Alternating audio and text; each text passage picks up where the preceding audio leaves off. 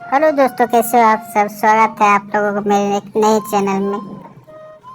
एक बार की बात है, एक गांव में एक ब्राह्मण रहता था।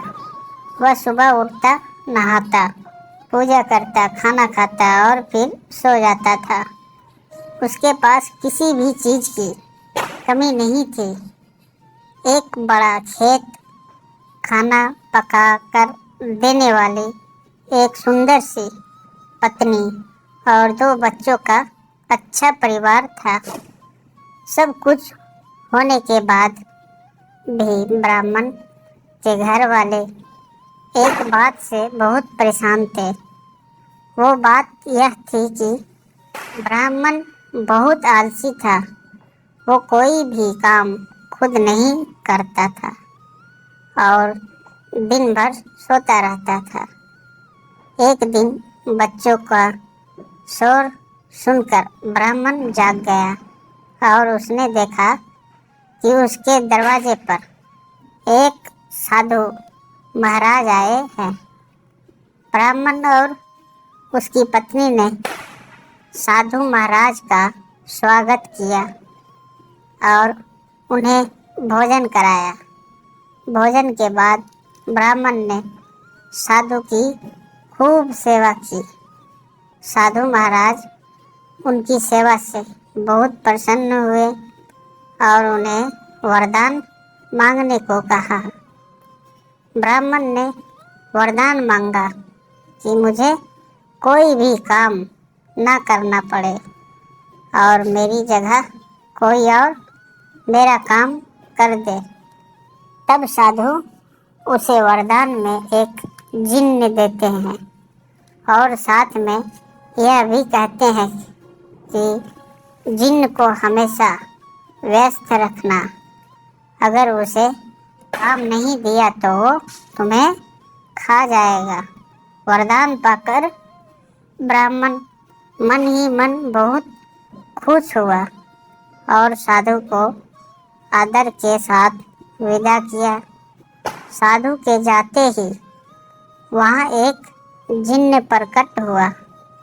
पहले तो ब्राह्मण उसे देखकर डर जाता है, लेकिन जैसे ही वो ब्राह्मण के से काम मांगता है तब ब्राह्मण का डर दूर हो जाता है और वो उसे पहला काम खेत जोतने का देता है। जिन्न वहाँ से गायब हो जाता है और ब्राह्मण की खुशी का ठिकाना नहीं रहता। कुछ ही देर में जिन्न फिर आ जाता है और बोलता है कि खेत जोत दिया, दूसरा काम दीजिए। ब्राह्मण सोचता है कि इतना बड़ा खेत इसने इतनी जल्दी कैसे जोत दिया। ब्राह्मण इतना सोच ही रहा था कि जिन्न बोलता है कि जल्दी मुझे काम बताओ, नहीं तो मैं आपको खा जाऊंगा। ब्राह्मण डर जाता है और बोलता है कि जाकर खेतों में सिंचाई करो। जिन्न फिर वहाँ से गायब हो जाता है और थोड़ी ही देर में फिर आ जाता है। जिन्न आकर बोलता है कि खेतों की सिंचाई हो गई, अब अगला काम बताइए।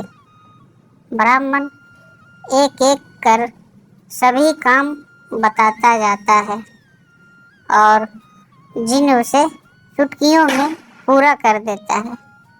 ब्राह्मण की पत्नी यह सब देख रही थी और अपने पति के आलसीपन पर चिंता करने लगी। शाम होने के पहले ही जिन्न सभी काम कर देता था। सब काम करने के बाद जिन्न ब्राह्मण के पास आ जाता और बोलता कि अगला काम बताइए, नहीं तो मैं आपको खा जाऊंगा। अब ब्राह्मण के पास कोई भी काम नहीं बचा। जो उसे करने के लिए कह सके। उसे चिंता होने लगी है और वह बहुत डर जाता है।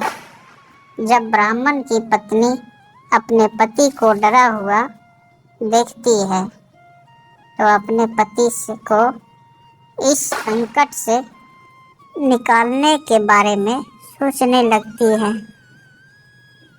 वह ब्राह्मण से बोलती है कि स्वामी, अगर आप मुझे वचन देंगे कि आप कभी आलस नहीं करेंगे और अपने सभी काम खुद करेंगे तो मैं इस जिन को काम दे सकती। इस पर ब्राह्मण सोचता है कि पता नहीं यह क्या काम देगी।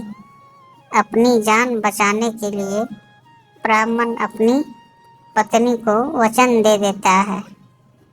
इसके बाद ब्राह्मण की पत्नी जिन से बोलती है कि हमारे यहाँ एक कुत्ता है, तुम जाकर उसकी पूंछ पूरी सीधी कर दो।